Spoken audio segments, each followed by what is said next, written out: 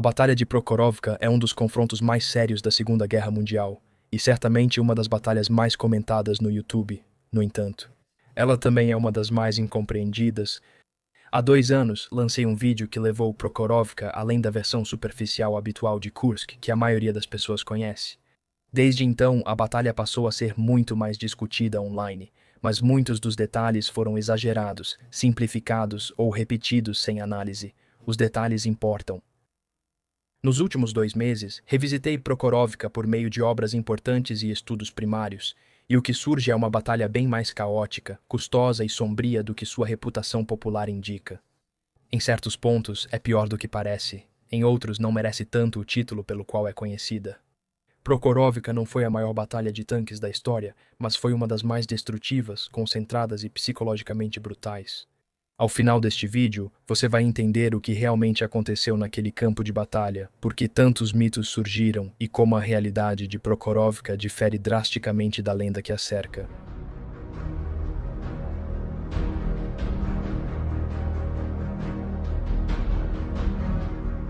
A Operação Cidadela começou em 5 de julho de 1943, com uma das maiores concentrações de blindados alemães da guerra. O objetivo era simples: cortar o saliente de Kursk, cercar as forças soviéticas e restaurar o ímpeto alemão após Stalingrado. O Grupo de Exército Sul, comandado por Erich von Manstein, avançaria ao norte, enquanto o Grupo de Exército Centro seguiria ao sul. Ambos se encontrariam perto de Kursk para destruir tudo entre eles. Em 10 de julho, o ataque do norte estagnou.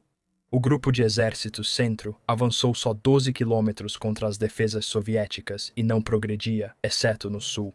As forças de Manstein, especialmente o 2º Corpo Panzer SS, sob o comando do SS Obergruppenführer Paul Hauser, haviam rompido as linhas defensivas soviéticas e estavam avançando em direção a Prokhorovka. Hauser comandava 3 divisões da Waffen-SS, 1ª Divisão Panzergrenadier SS Leibstandarte SS Adolf Hitler, sob o comando da SS. Brigadeführer Theodor Wisch, 2ª Divisão Panzergrenadier SS das Reich sob o comando do SS Korpsführer Walter Krüger, e 3ª Divisão Panzergrenadier SS Totenkopf sob o comando do SS Brigadeführer Hermann Pries.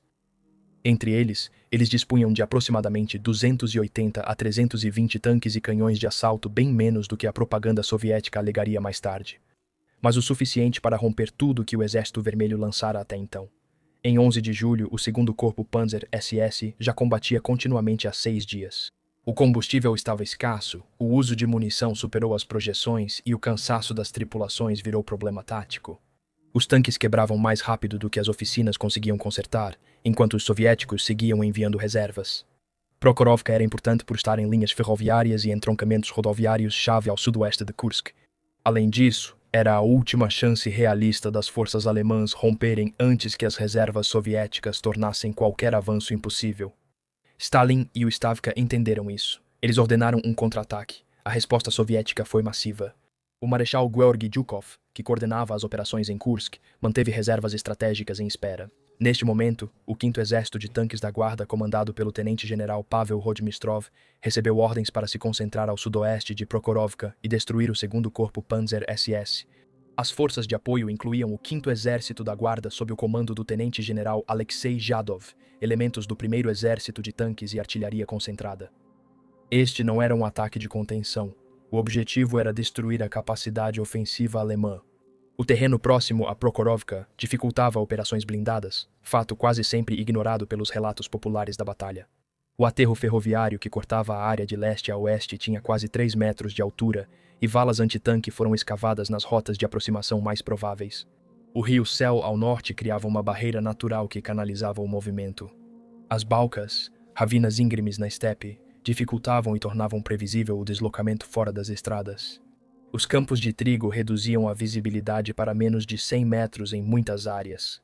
O terreno irregular forçava os tanques a atravessar corredores estreitos, anulando vantagens de alcance, mobilidade e manobra coordenada. A doutrina soviética priorizava massa e choque, já a alemã destacava a coordenação de armas combinadas e artilharia de longo alcance. O terreno em Prokhorovka impediu que ambos os lados lutassem de forma eficaz. Relatórios de reconhecimento alemães de 11 de julho apontaram que o terreno não era adequado para operações blindadas em grande escala, algo também indicado por mapas soviéticos. Mesmo assim, Ambos os lados atacaram. De qualquer forma, o trigo era particularmente enganoso. No início de julho, ele estava alto o suficiente, chegando a quase 1 metro em alguns lugares, para esconder tanques em posição de casco abaixado e posições de canhões antitanque. Mas isso também significava que os comandantes de tanque não conseguiam ver o terreno sobre o qual estavam avançando. Valas e fossos apareciam de repente, tanques atolavam em terreno macio que parecia sólido à distância. O trigo incendiava rápido e com o fogo, a fumaça quase anulava a visibilidade. Um oficial de reconhecimento da Leibstandarte, em um relatório apresentado na noite de 11 de julho, observou especificamente que o terreno a sudoeste de Prokhorovka favorece o defensor e restringe a manobra. Ele recomendou não atacar por esse terreno. A recomendação foi registrada e ignorada. A necessidade operacional sobrepôs-se ao bom senso tático. Engenheiros soviéticos, antes da Operação Cidadela, cavaram valas antitanque de 3 metros de largura e 2 de profundidade nas rotas previstas dos alemães. Essas não eram linhas contínuas, mas obstáculos alternados para direcionar blindados às zonas de morte. Campos minados protegiam as principais travessias. Posições falsas desviavam o fogo das verdadeiras fortificações, criando um campo de batalha onde nenhum lado atuava como queria. Os tanques alemães não aproveitavam o alcance por falta de visibilidade e os soviéticos não faziam penetrações profundas devido ao terreno restrito. O que seria uma guerra de manobra virou um confronto em terreno fechado, sem favorecer lados, mas causando muitas baixas. Ao anoitecer do dia 11 de julho, o 2º Corpo Panzer SS havia assumido posições a sudoeste e ao sul de Prokhorovka. Leibstandarte mantinha o centro, atravessando a estrada principal para a própria Prokhorovka. Das Reich estava posicionada ao sudeste.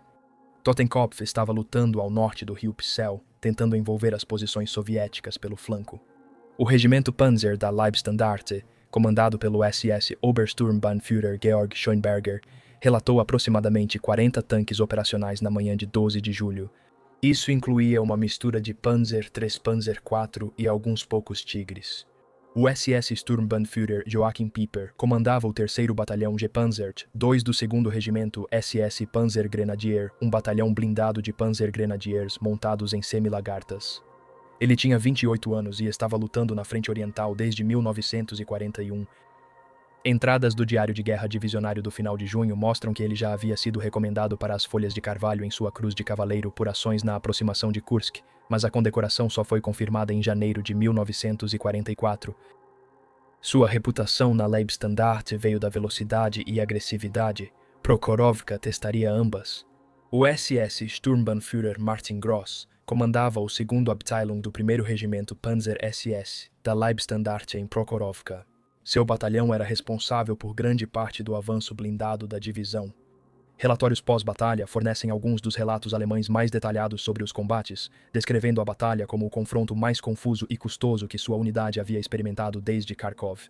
Ele receberia a Cruz de Cavaleiro em 22 de julho de 1943, especificamente por suas ações em Prokhorovka no dia 12 de julho, e a Leibstandarte também participou. SS Obersturmführer Rudolf von Ribbentrop, filho do ministro das Relações Exteriores da Alemanha, comandando uma companhia no SS Panzer Regiment I, von Ribbentrop receberia a Cruz de Cavaleiro em meados de julho de 1943. Por suas ações durante os combates, sua companhia enfrentou blindados soviéticos ao sul de Prokhorovka em 12 de julho, embora os números exatos permaneçam em disputa. A das Reich tinha um pouco mais de blindados, aproximadamente 50 tanques operacionais, mas estavam distribuídos por uma frente mais ampla. O SS Obersturmbannführer Christian Tuchsen comandava 2 Abteilungen do regimento Panzer da Das Reich.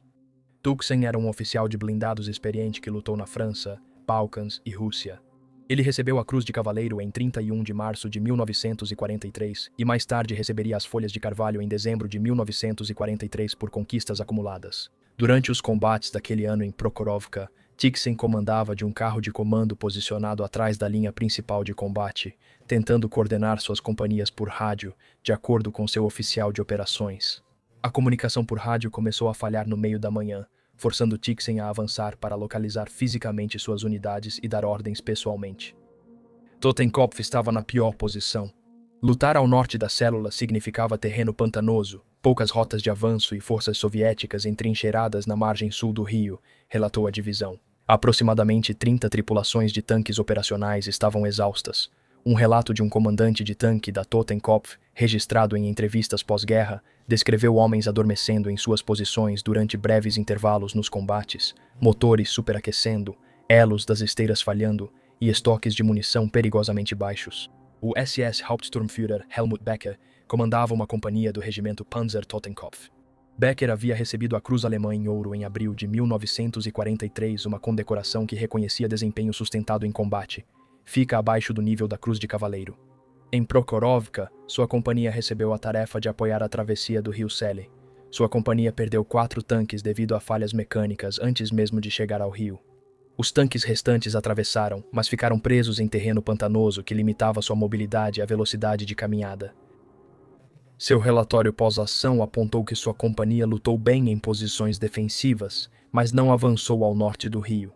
Ele receberia a Cruz de Cavaleiro em setembro de 1943 por seu desempenho cumulativo durante os combates do verão. Os Tigres merecem menção especial.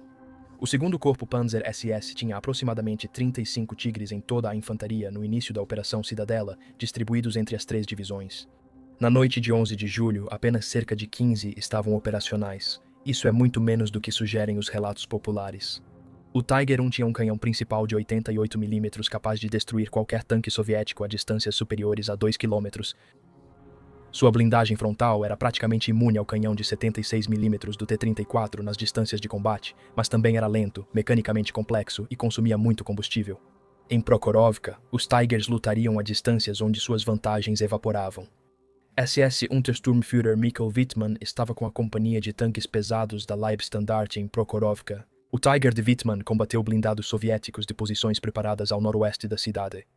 Relatos atribuem a ele várias destruições de tanques na batalha, mas o caos do combate impede a atribuição precisa e as reivindicações seguem contestadas. O fato é que ele sobreviveu, e a reputação de Wittmann como um dos comandantes de tanque mais bem-sucedidos da guerra permaneceu. Os canhões autopropulsados seriam construídos principalmente em ações posteriores, especialmente em seu famoso confronto próximo à Vila Bocage, na Normandia, em 13 de junho de 1944. O comandante da companhia de Wittmann, SS Hauptsturmführer Heinz Kling, posicionou seus Tigers em posições de casco oculto atrás do aterro ferroviário, com campos de tiro livres para o leste. Implantação defensiva exemplar.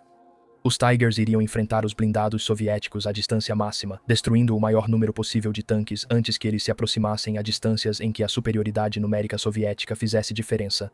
Em teoria, isso deveria ter funcionado. Porém, fumaça e poeira limitaram o combate a algumas centenas de metros na primeira hora.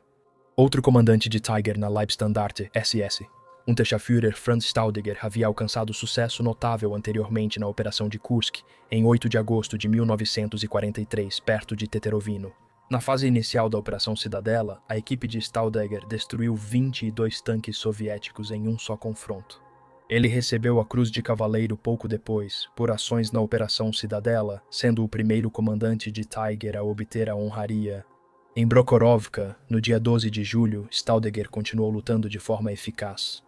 Em entrevista nos anos 1970, Staudinger disse que os combates em Prokhorovka não tinham tiros mirados, apenas disparavam em qualquer movimento na fumaça. Em julho, as tripulações de tanques alemãs já não eram as mesmas do início da Operação Cidadela. Um comandante de Panzer da Das Reich, entrevistado décadas depois, descreveu o período entre 5 e 12 de julho como 6 dias, que pareciam 6 meses. As tripulações dormiam de 3 a 4 horas por noite. As rações eram irregulares. A vibração e o barulho constantes dentro de um tanque, combinados com o estresse do combate quase contínuo, produziam um tipo de exaustão acumulada que prejudicava o tempo de reação na tomada de decisões. Considere também a realidade mecânica. Tanques alemães em 1943 exigiam muita manutenção, ajustes frequentes nas esteiras, revisão dos motores e limpeza das ópticas. Nada disso era feito direito por falta de tempo. O combustível era o problema principal. As divisões Panzer dependiam de comboios de caminhões que percorriam longas distâncias em estradas ruins, sob ataques aéreos soviéticos e de partisãs. Em 11 de julho, algumas unidades do 2º Corpo Panzer SS tinham menos de um quarto do tanque de combustível, impedindo a livre movimentação dos tanques. Isso significava que as reservas não podiam ser reposicionadas rapidamente e que, mesmo se as forças alemãs rompessem em Prokhorovka, a exploração seria impossível. Um relatório pós-ação da Leibstandarte, datado de 13 de julho, afirmou de forma direta: Continuação das operações ofensivas impossível devido à situação do combustível, exaustão das tripulações e perdas mecânicas. Isso foi escrito antes que alguém no comando do corpo de exército entendesse o que havia ocorrido. O Panzer IV, que formava a espinha dorsal da força de tanques alemã em Prokhorovka, era um bom tanque, mas não excepcional. O canhão de 75 mm de cano longo podia penetrar a blindagem do T-34 em distâncias razoáveis de combate. A blindagem resistia aos canhões soviéticos de 76 mm à distância, mas era vulnerável em curtas distâncias. A confiabilidade era aceitável com manutenção adequada, mas em 11 de julho isso já não ocorria. As tripulações relataram problemas crônicos nas transmissões finais, superaquecimento do motor e desgaste das esteiras. O Panzer III obsoleto em 1943 ainda existia em algumas companhias. Armado com um canhão de 50 mm, ele não conseguia penetrar de forma confiável a blindagem frontal do T-34, exceto a uma distância muito curta. As tripulações do Panzer III em Prokhorovka receberam ordens de atacar pelo flanco ou usar explosivos contra a infantaria. Muitos foram destruídos por T-34S que tinham poder de fogo superior. As variantes alemãs de canhões de assalto armadas com canhões de 75 mm lutaram ao lado dos Panzers. Esses veículos tinham silhueta baixa e ótima blindagem frontal, mas sem torre, tinham giro limitado e eram vulneráveis a ataques laterais. Em Prokhorovka, os canhões de assalto foram colocados em posições defensivas estáticas, tornando a ausência de torre menos relevante. Tiveram bom desempenho na função, com várias equipes reivindicando destruições de tanques soviéticos. O tenente-general Pavel Rotmistrov comandou o 5º Exército de Tanques da Guarda em 11 de julho. Ele recebeu ordens diretamente do Stavka para atacar ao amanhecer de 12 de julho, destruir o 2º Corpo Panzer SS e impedir qualquer avanço alemão em direção a Kursk. A pressão do Stavka e do quartel-general da frente era intensa. O fracasso não era uma opção, o sucesso seria recompensado, o subtexto era claro. O 5º Exército de Tanques da Guarda era considerado uma unidade de elite, mas, na prática, reunia às pressas corpos de tanques, unidades mecanizadas e infantaria de apoio. Rotmistrov tinha aproximadamente entre 700 e 900 tanques e canhões autopropulsados sob seu comando, embora a força operacional exata em 12 de julho ainda seja debatida. A principal força de ataque era formada pelo 18º e 29º Corpo de Tanques, com apoio do 2º Corpo de Tanques e do 2º Corpo de Tanques da Guarda. A maioria dos tanques eram T-34 e tanques leves T-70, havia alguns modelos mais pesados KV-1, mas não muitos. O 18º Corpo de Tanques, comandado pelo Major-General Vassily Biharov, deveria desferir o golpe principal contra a Leibstandarte. Biharov tinha experiência de combate desde 1941, mas nunca havia comandado uma formação desse tamanho em operações ofensivas. Seu corpo consistia de 3 brigadas de tanques e unidades de apoio, no papel, cerca de 180 tanques. A força real em 11 de julho era mais próxima de 150 após levar em conta as quebras mecânicas durante a aproximação. Em março, o 29º Corpo de Tanques, sob o comando do Major-General Ivan Kirichenko, foi encarregado de atacar as posições da Das Reich ao sul e sudeste de Prokhorovka. Kirichenko era um oficial experiente, mas seu corpo estava em ação quase contínua desde o início de julho e estava com efetivo reduzido. Relatórios de força de tanques do dia 11 de julho mostram que o corpo tinha aproximadamente 120 tanques operacionais e não os mais de 150 autorizados. O 2º Corpo de Tanques da Guarda, comandado pelo Major-General Alexei Bedani, era a reserva de Rotmistrov, e essa formação deveria explorar qualquer avanço conseguido pelo ataque inicial. O corpo de Badani estava em melhor estado que os demais. Não tinha participado intensamente antes de Prokhorovka, mas também faltava coordenação com os outros corpos de tanques. Badani e seus comandantes de brigada receberam suas ordens de ataque verbalmente na noite de 11 de julho com tempo mínimo para planejar. O T-34, em meados de 1943, era um bom tanque. Tinha blindagem inclinada, um canhão decente de 76 mm trilhos largos para mobilidade fora de estrada e um perfil baixo. Era apertado, barulhento, com pouca visibilidade para a tripulação e sem torre para 3 homens, obrigando o comandante a ser também artilheiro. Equipamentos de rádio eram escassos, muitos tanques não tinham rádio e dependiam de sinais visuais, como bandeiras, sinalizadores e seguir o tanque à frente.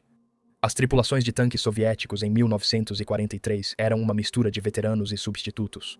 Os veteranos, homens que sobreviveram a 1941 e 1942, eram competentes, mas estavam exaustos. Os substitutos eram inadequadamente treinados. O treinamento de artilharia foi prejudicado. Tripulações de T-34 disparavam só 10 a 15 tiros reais antes de irem à linha de frente. As tripulações alemãs tinham meses de treinamento e mais prática de tiro real. Isso fazia diferença. O plano que Rotmistrov emitiu era doutrinariamente sólido, mas taticamente insano. Dado o terreno, o exército de tanques da Quinta Guarda atacaria em ondas, esmagando as posições alemãs com massa e velocidade. O primeiro escalão ultrapassaria as defesas antitanque alemãs, o segundo escalão exploraria a brecha e a infantaria seguiria os tanques para limpar as posições. Eram táticas de choque, a doutrina soviética em sua forma mais básica. O problema era que Rotmistrov quase não teve tempo para coordenar o ataque.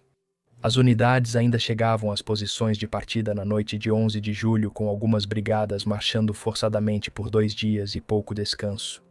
Comandantes de tanque recebiam ordens verbais, frequentemente sem mapas.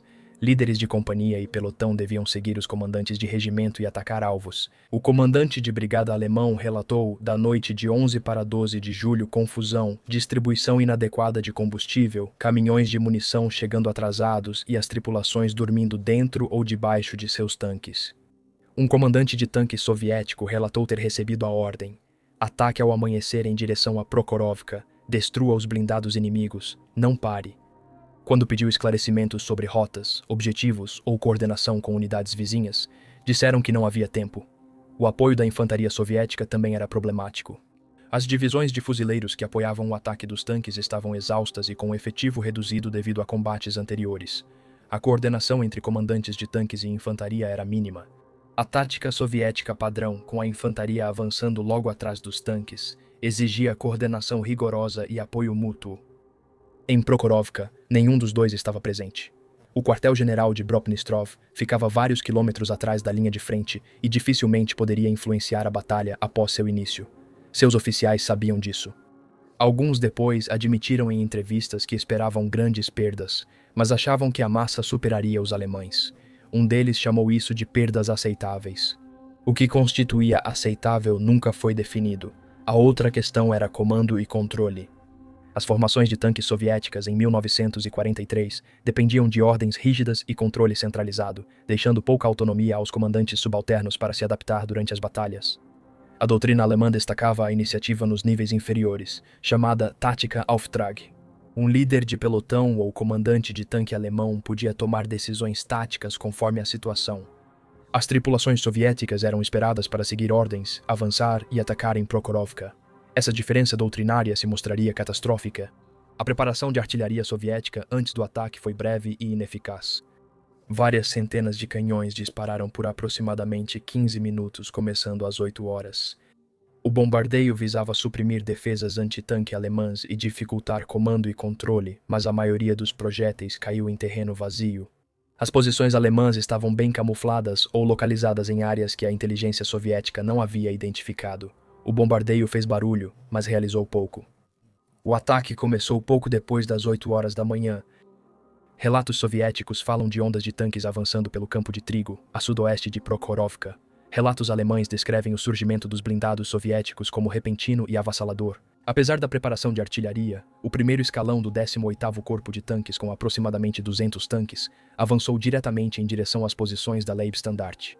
O terreno imediatamente criou problemas. Os tanques tiveram que passar por brechas entre as valas antitanque e as balcas. O ataque, que deveria ser em ampla frente, virou várias colunas avançando por rotas previsíveis.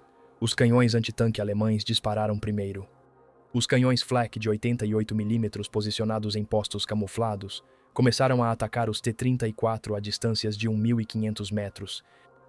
Tanques soviéticos pegaram fogo antes de alcançar distância eficaz para revidar. Relatório pós-combate da bateria antitanque da Leibstandarte confirmou 7 baixas nos primeiros 15 minutos. As tripulações recarregavam o mais rápido que conseguiam fisicamente, mas havia tanques soviéticos demais. Para cada T-34 destruído, mais 3 continuavam avançando. A linha defensiva alemã não era profunda o bastante para deter ataques em massa. Os canhões antitanque destruíam alguns tanques pelo desgaste, mas não todos. Os Panzers da Leibstandarte, em pontos de tiro com casco abaixado atrás dos aterros ferroviários, dispararam quando os blindados soviéticos chegaram a menos de 1.000 metros Panzer IV.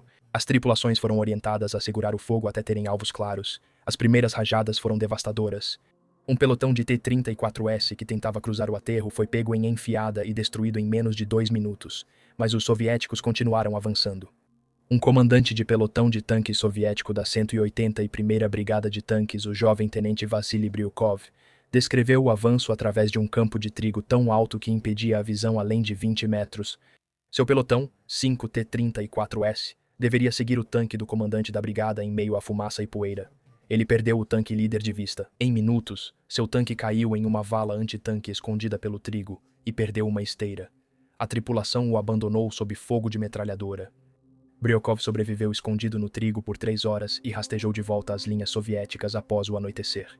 Os outros 4 tanques de seu pelotão foram destruídos e ele nunca viu o que os atingiu. Foi nesse momento que a batalha começou a desmoronar. Os comandantes de tanques soviéticos, sem coordenação por rádio e cegos pela fumaça, aproximaram-se para neutralizar a vantagem da artilharia alemã, como previa a doutrina. Se não puder lutar à distância, lute de perto. Alguns T-34 aceleraram até a velocidade máxima, mais de 50 km por hora, e avançaram diretamente contra as posições alemãs. A ideia era se aproximar rápido para que os artilheiros alemães não reagissem a tempo. Às vezes funcionava, mas muitas vezes não. Uma tripulação de Tiger enfrentou blindados soviéticos o dia todo.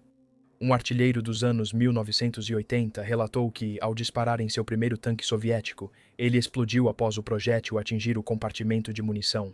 O segundo T-34 perdeu a torre. O terceiro pegou fogo, mas continuou se movendo. Ele atirou novamente e o tanque parou. Depois disso, ele parou de contar. Carregar, mirar em qualquer coisa que se mova, atirar, carregar, mirar, atirar. O compartimento de combate, cheio de fumaça de pólvora e cartuchos vazios. O barulho fez seus ouvidos zumbirem por dias depois. Às 09h00, o campo de batalha estava coberto por fumaça preta dos tanques em chamas e poeira levantada por centenas de esteiras revolvendo a estepe seca. A visibilidade caiu para menos de 100 metros. Em muitas áreas, as tripulações atiravam em silhuetas. O barulho tornava a comunicação verbal dentro dos tanques quase impossível.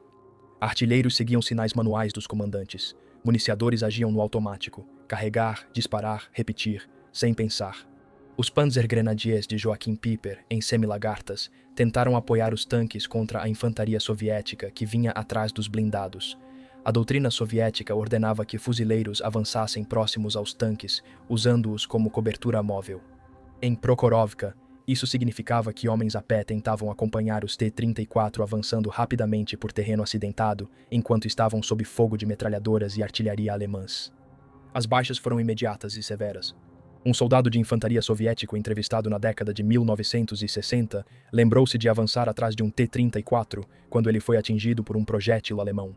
O tanque não explodiu, mas parou abruptamente. Ele correu além dele e viu o motorista tentando escapar pela escotilha. O tanque estava pegando fogo por dentro. Ele seguiu correndo, pois parar era morrer. Nunca soube se o motorista escapou. Um sargento de uma das companhias de Piper descreveu disparar uma metralhadora MG-42 contra a infantaria soviética a menos de 100 metros de distância. Os alemães estavam em uma depressão que os protegia do fogo direto, enquanto a infantaria soviética avançava sem cobertura em campo aberto. O sargento calculou que sua equipe de metralhadora matou ao menos 30 homens na primeira hora de combate. Depois, os tanques soviéticos chegaram e eles recuaram. As posições da infantaria alemã eram invadidas onde tanques soviéticos atravessavam as linhas defensivas. Um T-34 pesa 26 toneladas e as trincheiras cediam sob esse peso. Pontos fortificados eram contornados setor após setor. A infantaria alemã relatou blindados soviéticos em suas áreas traseiras enquanto os combates ainda aconteciam à sua frente. A batalha estava se fragmentando. Das Reich, posicionada ao sul de Leipzig, foi atacada pelo 29º Corpo de Tanques vindo do leste. O terreno aqui era mais aberto, o que favorecia a artilharia de longo alcance alemã da Das Reich. As tripulações dos tanques relataram campos de tiro livres até 2.000 metros em algumas áreas. Os T-34 que avançavam eram destruídos à distância antes de se aproximar. Um relato descreve uma brigada soviética perdendo mais da metade de seus tanques em menos de 30 minutos, sem causar uma única baixa alemã. Os soviéticos ajustaram as ondas seguintes e usaram as carcaças em chamas dos tanques destruídos como cobertura, manobrando entre elas para reduzir a distância, o que funcionou melhor. As tripulações alemãs se viram enfrentando alvos a distâncias inferiores a 500 metros de distâncias em que o canhão de 76 mm do T-34 podia penetrar. Blindagem do Panzer IV. Um comandante de companhia no regimento Panzer-Leibstandarte relatou uma batalha contínua com um batalhão de tanques soviéticos que durou mais de 2 horas. Relatos divisionais descrevem uma série de combates a curta distância em que ambos os lados estavam sofrendo baixas. Um dos líderes de seu pelotão, um SS Oberscharführer, foi morto quando seu Panzer IV foi atingido na lateral por um T-34 que havia conseguido uma posição de flanco através de uma barreira. O tanque dele explodiu quando a munição detonou. Nenhum dos tripulantes sobreviveu. Os alemães recuaram, se reposicionaram e contra-atacaram para recuperar o tanque destruído. Encontraram o tanque soviético que matou o líder do pelotão destruído a menos de 100 metros, aparentemente por outro tanque alemão cuja tripulação nunca se identificou, em meio à confusão. A tripulação soviética abandonou o tanque, mas foi morta por tiros de metralhadora antes de alcançar abrigo. Combates confusos e próximos ocorriam em todo o campo de batalha. O batalhão da 181ª Brigada de Tanques atingiu a principal linha defensiva da Leibstandarte por volta das 09h30. O relatório pós-ação de Simonov descreve o que aconteceu em termos clínicos. Sua companhia de frente com 10 tanques avançou por um campo de trigo em direção ao aterro ferroviário. Canhões antitanque alemães destruíram 7 dos 10 tanques antes de chegarem ao aterro. Os 3 restantes cruzaram o aterro e enfrentaram os blindados alemães de perto. Um foi imediatamente destruído, os outros 2 desapareceram na fumaça. Simonov nunca soube o que aconteceu com eles. Nenhum dos tanques voltou. A segunda companhia, avançando à esquerda, teve mais sorte. Encontrou uma brecha nas defesas antitanque e avançou, enfrentando os tanques alemães pelo flanco. Seguiu-se um breve e caótico tiroteio. Simonov afirmou: 3 tanques alemães destruíram 2 Panzer IV e um Panzer III. As perdas soviéticas foram de 4 T-34s. Os sobreviventes recuaram quando ficaram com pouca munição. Simonov manteve contato por rádio com seu batalhão por cerca de 1 hora até o rádio falhar. Depois, ele comandou por sinais manuais, seguindo as outras unidades soviéticas. Parte do campo de batalha parecia mais uma briga mecanizada do que uma luta coordenada. Os tanques soviéticos romperam as linhas defensivas em vários pontos e se misturaram, enquanto a coesão das unidades blindadas alemãs desmoronava nos 2 lados. A comunicação por rádio ficou impossível devido ao clima, danos nos equipamentos e ao excesso de transmissões que saturava as frequências. Um relatório da Leibstandarte, enviado por mensageiro de moto devido à pouca confiabilidade do rádio, informava: tanques inimigos chegaram ao quartel-general do batalhão. Situação indefinida, solicito ordens. A resposta, se houve, nunca chegou. O batalhão lutou de forma independente. Pelo resto do dia, os T-34S estavam abalroando os tanques alemães. Isso não era doutrina, era desespero. Mesmo sem penetrar a blindagem frontal de um Tiger de perto, um tanque soviético podia tentar danificá-lo por colisão, arrancar uma esteira, travar a torre ou inutilizar o canhão. Vários casos foram documentados. Um Tiger relatou danos ao seu canhão principal depois que um T-34 abalroou seu cano enquanto a arma estava girando. A tripulação do Tiger abandonou o veículo, voltou sob cobertura da infantaria e viu que a do T-34 também deixou seu tanque. Ambos ficaram imobilizados. A menos de 10 metros de distância, a tripulação alemã destruiu o T-34 com uma carga de demolição e depois se retirou a pé. Outro Tiger se viu cercado por tanques soviéticos. Após se separar do seu pelotão, o artilheiro engajou alvos em um círculo completo, atirando, girando a torre, atirando novamente. O municiador trabalhava tão rápido que queimou as mãos nos estojos quentes das munições. O Tigre destruiu pelo menos 5 T-34S em proximidade antes que a infantaria alemã chegasse à posição e expulsasse os tanques soviéticos restantes. O tanque havia sido atingido 7 vezes. Nenhum dos disparos penetrou, mas o impacto danificou a cúpula do comandante e as fendas de visão. O Tigre recuou para reparos e não voltou à ação naquele dia. A infantaria de ambos os lados estava sofrendo baixas que só seriam totalmente contabilizadas mais tarde. Homens pegos entre os tanques não tinham chance, descreveu um soldado alemão de uma companhia de Panzergrenadier, escondendo-se em uma cratera de bomba e vendo um T-34 passar tão perto que dava para tocar no tanque. Não me viu. Ele foi atingido por um Panzerfaust, disparado de uma posição próxima e explodiu. Combustível em chamas derramou-se na cratera e ele correu. Fuzileiros soviéticos avançando com tanques eram abatidos por metralhadoras e artilharia alemãs. Um comandante de companhia de um regimento de fuzileiros soviético que apoiava o 18º Corpo de Tanques relatou a perda de 60% do efetivo. Nas 2 primeiras horas de combate, a maioria das baixas ocorreu por metralhadora. Seus homens avançaram em campo aberto com pouco apoio de artilharia. As metralhadoras alemãs MG-42, disparando a taxas de até 1.200 tiros por minuto, criavam zonas de morte que nada conseguia atravessar. A resposta soviética foi seguir avançando. Oficiais lideravam na linha de frente e morriam antes. Um sargento júnior soviético relata sobre seu pelotão. 32 homens receberam ordens para limpar um ponto forte alemão que barrava os tanques. Eles atacaram cruzando 200 metros de trigo. As metralhadoras alemãs dispararam quando estavam no meio do caminho. O sargento se jogou no chão com 9 sobreviventes. Esperaram apoio de artilharia, mas não veio. Recuaram ao anoitecer. O ponto forte continuou com os alemães. De manhã seguinte. A fumaça era tão densa naquela manhã que os comandantes dos tanques lutavam de escotilhas fechadas, o que evitavam pois quase eliminava a visibilidade. Os periscópios embaçavam ou eram salpicados de lama e óleo. Os artilheiros miravam nos clarões dos canos e no barulho dos motores. Martin Gross, comandando o 2º Abteilung do regimento Panzer da Leibstandarte, descreveu em relatórios pós-batalha as tentativas de coordenar companhias que haviam perdido contato umas com as outras. Seu tanque de comando permaneceu atrás da linha principal de combate, mas mesmo dessa posição, ele quase não conseguia enxergar nada por causa da fumaça. As chamadas de rádio não eram respondidas. Ele enviou mensageiros, oficiais, sargentos e veículos para localizar suas companhias e transmitir ordens. Verbalmente, alguns mensageiros nunca retornaram, outros voltaram com relatos contraditórios sobre onde estavam as forças amigas e como estava a situação tática. Às 10h30, Gross desistiu de coordenar no batalhão e deixou os comandantes de companhia lutarem de forma independente, sendo essa a única opção realista. Cada companhia travou sua própria batalha, enfrentando as forças soviéticas à frente.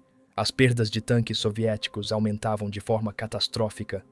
Registros soviéticos indicam que o 5º Exército de Tanques da Guarda perdeu cerca de 300 tanques destruídos em 12 de julho, a maioria nas primeiras 4 horas de combate. A equipe de Rotmistrov já sabia das severas perdas no fim da manhã, mas o ataque prosseguiu devido à pressão política por resultados. As perdas alemãs foram menores, mas significativas. O 2º Corpo Panzer SS relatou aproximadamente 40 a 50 tanques destruídos ou danificados em 12 de julho. Alguns foram perdas totais, outros podiam ser consertados, mas levariam dias na oficina. A diferença era que os tanques alemães eram destruídos ou danificados em território sob seu controle, permitindo a recuperação. Tanques soviéticos queimavam na terra de ninguém ou atrás das linhas alemãs, indicando perda total. Por volta do meio-dia, elementos do 2º Corpo de Tanques da Guarda, reserva de Rotmistrov, foram enviados ao combate. Essas unidades deveriam ser a força de exploração, avançando após o 18º e 29º Corpos destruírem as defesas alemãs. Foram lançadas em uma ofensiva estagnada para evitar fracasso total. O corpo do Major-General Berdaine avançou rumo ao mesmo campo de morte que já destruíra 2 corpos de tanques soviéticos. Berdaine tinha aproximadamente 150 tanques. Suas ordens eram romper a linha alemã e avançar em direção à própria Prokhorovka. As ordens não faziam sentido, dado o que já havia acontecido, mas ordens são ordens.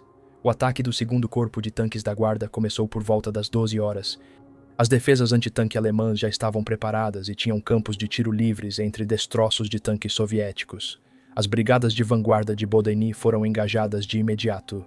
Um comandante de brigada relatou depois ter perdido 30 tanques nos primeiros 20 minutos do ataque. Sua brigada avançou menos de 500 metros antes de recuar. O resultado foram mais tanques em chamas. Um comandante de brigada de tanque soviético, em um relato preservado por historiadores militares soviéticos, descreveu ter recebido ordens para atacar através de um campo de trigo já coberto de veículos destruídos. Sua brigada tinha 32 tanques. Eles avançaram em linha como exigia a doutrina.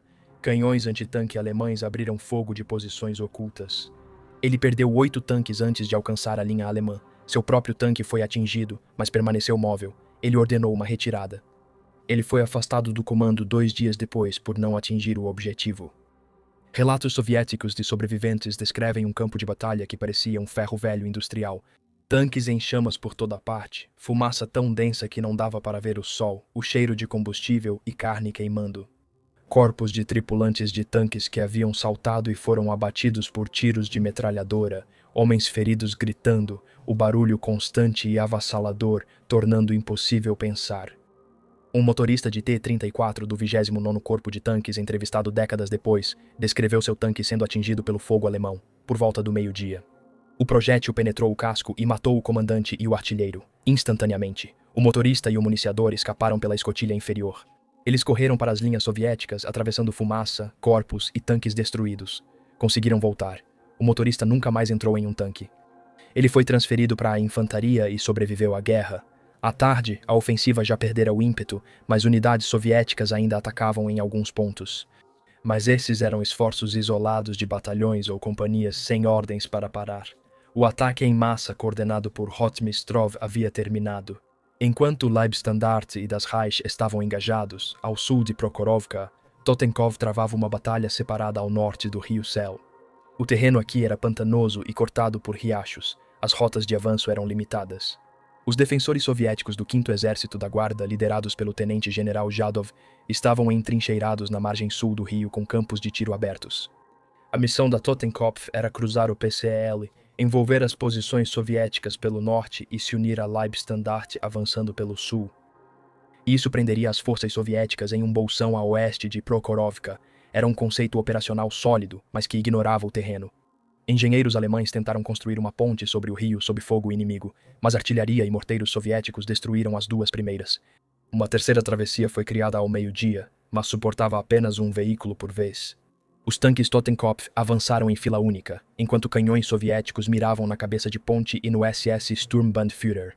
Karl Ulrich, comandando um batalhão de Panzergrenadier na Totenkopf, liderou seus homens a pé através do rio e tentou estabelecer um perímetro defensivo na margem oposta. Ulrich recebeu a Cruz de Cavaleiro em abril de 1943 por ações perto de Kharkov, não por nada em Prokhorovka. Seu batalhão garantiu a cabeça de ponte, mas não avançou. Contra-ataques soviéticos à tarde forçaram a Totenkopf a lutar defensivamente para manter a travessia. O batalhão de Ulrich ficou sob fogo de artilharia soviética quase todo o dia 12 de julho. Um sargento relatou estar encurralado em uma depressão rasa. Enquanto morteiros soviéticos ajustavam o fogo sobre sua posição, as baixas cresciam. Os médicos do batalhão já estavam sem morfina no início da tarde. Os homens feridos precisavam ser evacuados pela única ponte sob fogo inimigo, um processo lento e custoso. O batalhão perdeu mais de 40 homens mortos ou feridos em 12 de julho sem conquistar nenhum ganho territorial. Um comandante de tanque da Totenkopf relatou que durante uma manobra em um pântano, o solo não suportou o peso do tanque e seu Panzer IV afundou até o topo das esteiras. A tripulação o abandonou e retornou às linhas amigas a pé, sob fogo, atravessando água até a cintura. O tanque só foi recuperado 3 dias depois, quando o motor e a transmissão já estavam arruinados. Perda total. Ao anoitecer de 12 de julho, Totenkopf havia avançado aproximadamente 2 quilômetros além da célula.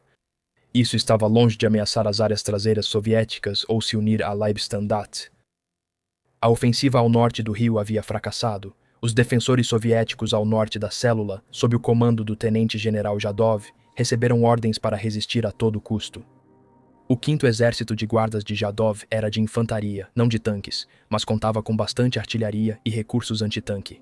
Seus relatórios pós-ação relataram tentativas alemãs persistentes de atravessar a célula, mas ao final foram contidas por uma unidade antitanque soviética. O comandante posicionou o canhão ZS-3 de 76 mm em uma linha de árvores com vista para a célula. Sua equipe de artilharia enfrentou blindados alemães cruzando o rio e reivindicou a destruição de 3 tanques no dia. Mais tarde, ele foi condecorado com a Ordem da Estrela Vermelha, uma honraria de nível intermediário por sua ação em 12 de julho. Seu canhão foi destruído pelo fogo de contrabateria alemão ao entardecer, mas o ataque da Totenkopf já tinha sido interrompido. Os combates ao norte da célula seguiram em 13 e 14 de julho, enquanto a Totenkopf buscava ampliar sua cabeça de ponte. Os ataques trouxeram poucos ganhos e alto custo. No dia 15 de julho, a divisão recebeu ordens para recuar de volta através do rio e se consolidar com o restante do 2º Corpo Panzer SS. O comando efetivo de nível superior praticamente entrou em colapso por volta do meio da manhã de 12 de julho. Paul Hauser, no quartel-general do 2º Corpo Panzer SS, não tinha informações confiáveis sobre a linha de frente, pois os relatos via rádio eram fragmentados e contraditórios. Os mensageiros de moto demoravam horas para chegar às unidades avançadas e voltar. Poucos voos de reconhecimento da Luftwaffe que atravessaram as defesas soviéticas relataram combates intensos e veículos em chamas, mas não forneceram detalhes táticos úteis por causa da fumaça. Rotmistrov, no quartel-general do 5º Exército de Tanques da Guarda, enfrentava situação parecida. Ele sabia das severas perdas de suas unidades, pois os relatórios de força dos tanques, enviados por linha terrestre quando possível, mostravam a queda dos números ao longo da manhã. Ele não sabia onde estavam suas unidades, o que haviam alcançado, nem se fazia sentido tático continuar. Ordenou novos ataques porque parar seria admitir fracasso. Às 11h30, Rotmistrov recebeu um telefonema do Marechal Nikolai Vatutin, comandante da frente de Voronezh. Vatutin exigiu saber o status do ataque. Rotmistrov teria respondido que o ataque estava se desenvolvendo e que as forças de tanques alemãs estavam sendo destruídas. Isso não era verdade. Vatutin sabia que não era verdade, mas Rotmistrov não tinha outra resposta para dar. No nível de divisão e brigada, os comandantes estavam lutando às cegas.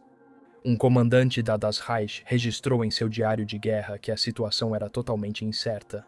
Ele sabia que os tanques soviéticos estavam em algum lugar à sua frente, sabia que seus próprios tanques estavam engajando-os. Ele não sabia quantos tanques soviéticos havia, para onde estavam indo ou o que estavam tentando alcançar. Ele mandou suas unidades continuarem enfrentando os blindados inimigos, pois não havia outra ordem. Os comandantes soviéticos de brigada e batalhão tinham ainda menos informações. Vários perderam contato com o quartel-general superior. Muitos decidiam apenas pelo que viam de dentro do próprio tanque, o que, com a fumaça densa, raramente passava de 50 metros.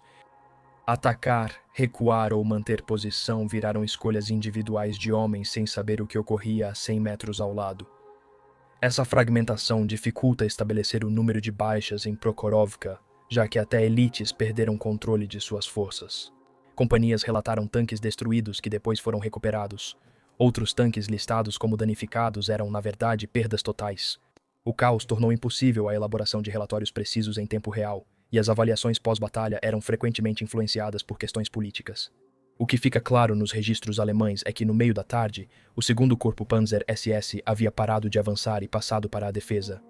As unidades Leibstandarte das Reich recuaram para consolidar posições e recuperar veículos danificados. Isso não foi retirada, mas reconhecimento de que ofensivas não eram mais possíveis. As forças soviéticas ainda atacaram em alguns pontos à noite, mas de forma descoordenada. Algumas brigadas atacaram por não terem recebido ordens para parar, outras porque seus comandantes achavam erroneamente que mais um avanço quebraria a linha alemã. Não quebrou. Um comandante de batalhão de tanques soviético do 18º Corpo de Tanques descreveu como ordenou que seus tanques restantes, 7 de 31, atacassem uma posição alemã no final da tarde. Ele achava que os alemães recuavam e um último avanço abriria uma brecha. Seus tanques avançaram, mas foram atingidos por canhões antitanque alemães e panzers de posições preparadas. Ele perdeu mais 4 tanques em 15 minutos, ordenou que os sobreviventes recuassem. Seu batalhão foi removido da linha de frente à noite. Tendo deixado de existir efetivamente como uma formação de combate ao anoitecer de 12 de julho, os combates ao redor de Prokhorovka haviam praticamente terminado. Ambos os lados mantiveram quase o mesmo terreno daquela manhã. Centenas de tanques queimavam ou estavam abandonados pelo campo de batalha.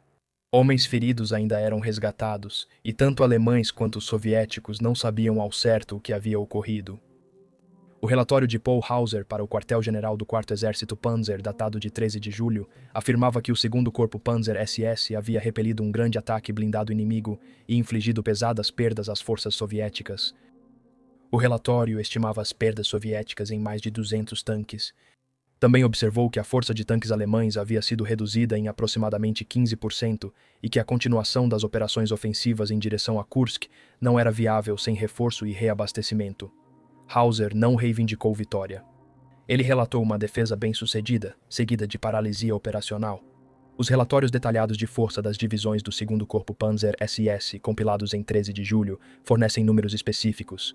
Leibstandarte relatou aproximadamente 40 tanques perdidos ou danificados, com cerca de metade podendo ser reparada em uma semana.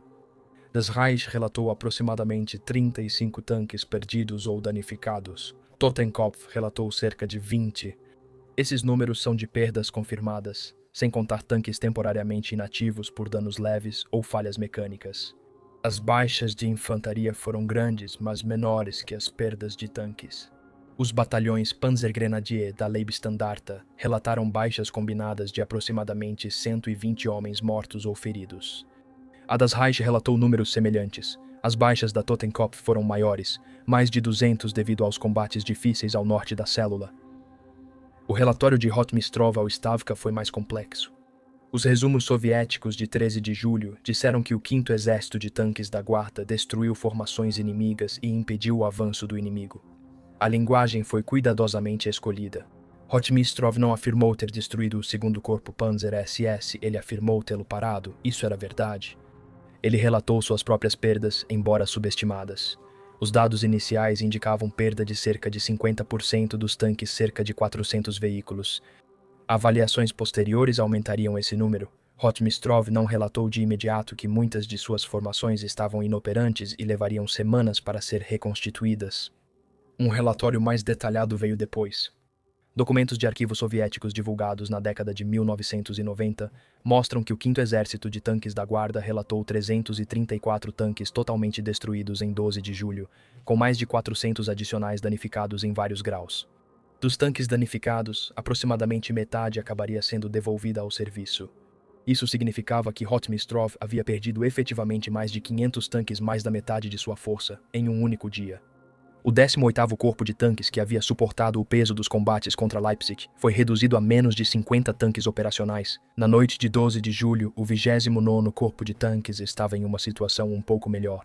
Aproximadamente 60 tanques operacionais, mas ainda assim ineficazes em combate como formação.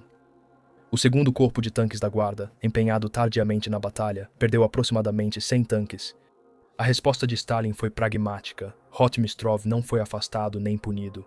O ataque havia alcançado seu objetivo estratégico, forçando os alemães a parar de avançar. Se isso valeu as perdas, não foi uma pergunta que Stalin fez publicamente. Rotmistrov continuaria no comando do 5º Exército de Tanques da Guarda e mais tarde participaria da libertação da Ucrânia e do avanço para a Polônia. Relatórios pós-ação divisionais alemães trazem mais detalhes dos combates. O relatório da Leibstandarte descreve o ataque soviético como mal coordenado, mas executado com determinação fanática. O relatório aponta que tanques soviéticos avançaram a queima-roupa apesar das baixas pesadas, tornando os combates confusos e difíceis de controlar. O relatório elogia as equipes alemãs de canhões antitanque e os comandantes dos tanques Tigre, mas admite que a capacidade ofensiva da divisão estava temporariamente esgotada. O relatório da Das Reich é similar, mas destaca que o setor da divisão teve combates menos intensos que o de Leipzig. Os ataques soviéticos contra a Das Reich foram repelidos, com baixas alemãs moderadas e perdas de tanques consideradas aceitáveis pelo número de tanques inimigos destruídos. O relatório conclui que a divisão continua capaz de realizar operações ofensivas limitadas, mas recomenda uma postura defensiva até a chegada de reforços. O relatório de Totenkopf é o mais pessimista. Ele descreve os combates ao norte da célula como taticamente bem-sucedidos, mas operacionalmente sem significado. A divisão obteve ganhos locais, mas não conseguiu explorá-los. O relatório aponta que novas ofensivas nesse setor não são recomendadas pelas condições do terreno e defesas inimigas. Serviços médicos dos dois lados ficaram sobrecarregados. Hospitais de campanha alemães trataram centenas de tripulantes de tanques e soldados de infantaria entre 12 e 13 de julho. As unidades médicas soviéticas estavam em situação ainda pior, sem suprimentos e pessoal para atender ao volume de baixas. O relato de um oficial médico soviético descreve amputações de membros sem anestesia porque os suprimentos haviam acabado. Os mortos eram contados depois. Equipes de sepultamento alemãs recuperaram cerca de 200 corpos do campo de batalha ao longo da semana seguinte. Equipes de sepultamento soviéticas recuperaram mais de 600 corpos em áreas ainda disputadas nesse período. Os números são incompletos. Muitos corpos nunca foram recuperados, alguns queimados além do reconhecimento dentro de tanques destruídos. Prokhorovka não foi a maior batalha de tanques da história.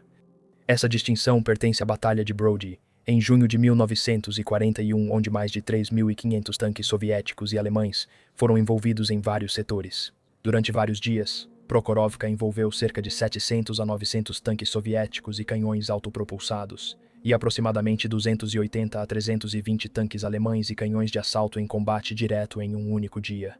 Ainda assim, isso é enorme, mas os números citados em relatos populares, que frequentemente afirmam que mais de 1.500 tanques participaram, são exagerados. O mito de Prokhorovka como uma vitória limpa dos soviéticos surgiu durante a Guerra Fria. Historiadores soviéticos, sob restrições políticas, descreveram a batalha como uma derrota decisiva das forças blindadas alemãs que mudou o rumo da guerra na frente oriental. Essa narrativa serviu a propósitos de propaganda, mas ignorou a realidade tática. As perdas soviéticas foram catastróficas, e o ataque falhou em destruir ou até mesmo danificar seriamente o segundo Corpo Panzer SS como formação de combate. O que os soviéticos conseguiram foi um sucesso operacional ao forçar os alemães à defensiva e impor um desgaste insustentável. O ataque de Rotmistrov ajudou no fracasso maior da Operação Cidadela. As forças alemãs não conseguiram avançar porque não tinham força suficiente para superar a resistência contínua dos soviéticos.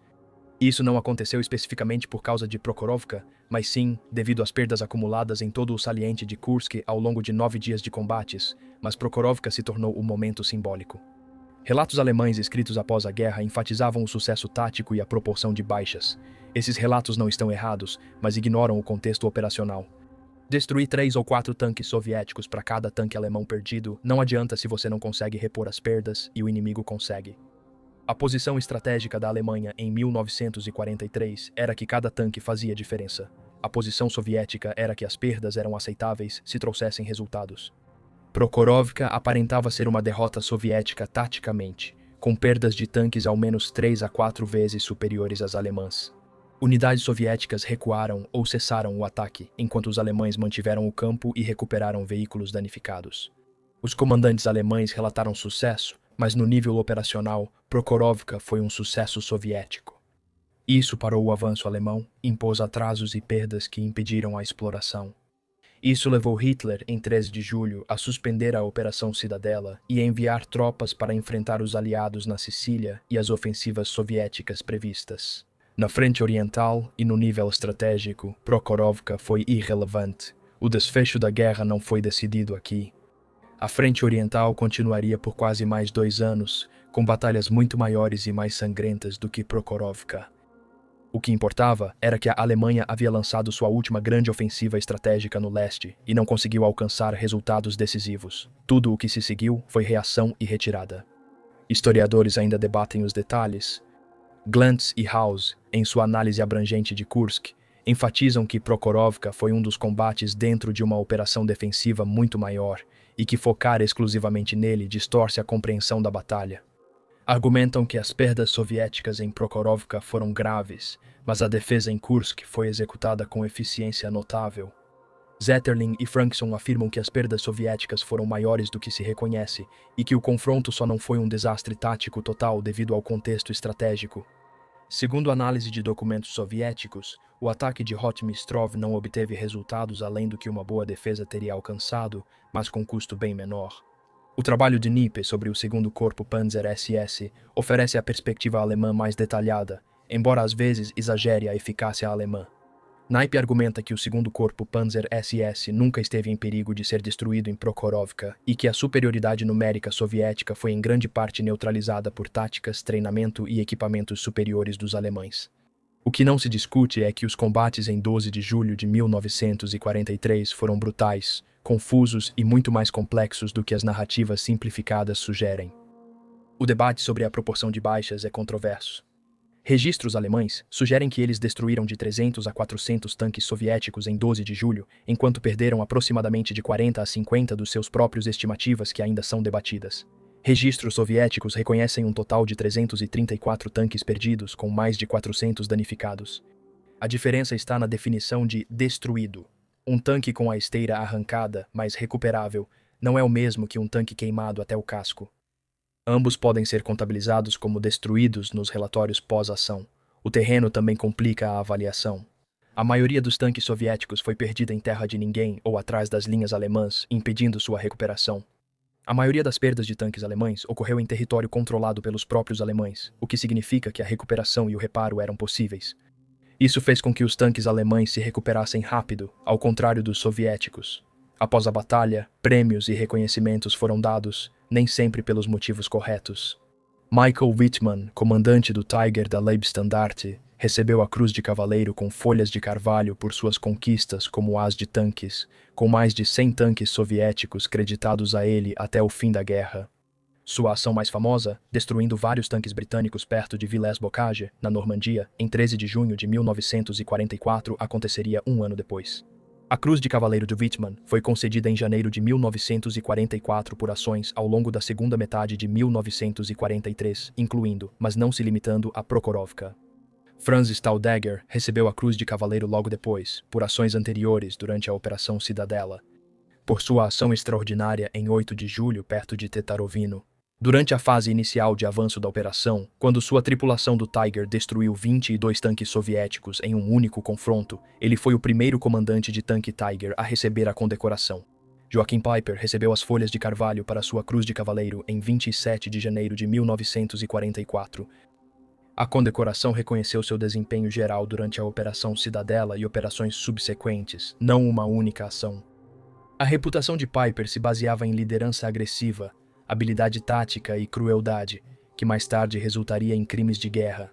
Acusações relacionadas ao massacre de Malmedy em dezembro de 1944. Seu papel em Prokhorovka foi o de comandar o batalhão com competência sob condições difíceis. Helmut Becker, o comandante da companhia Totenkopf, recebeu a Cruz de Cavaleiro em setembro de 1943 por ações cumulativas durante os combates do verão, incluindo a Operação de Travessia de Céu. Sua citação destaca a liderança sob fogo e destruição de tanques inimigos em terreno difícil. Martin Gross recebeu a Cruz de Cavaleiro em 22 de julho de 1943, especificamente pelas ações de seu batalhão em Prokhorovka no dia 12 de julho.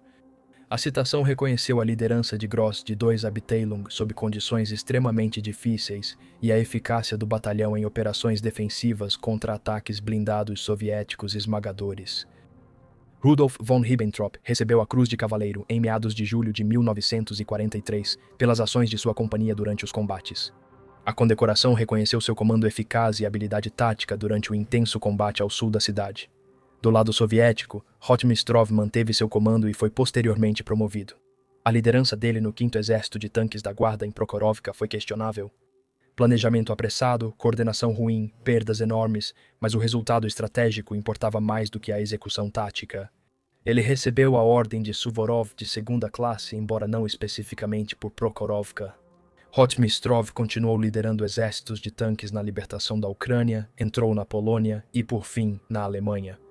Soldados e oficiais soviéticos de patente inferior que se destacaram foram condecorados.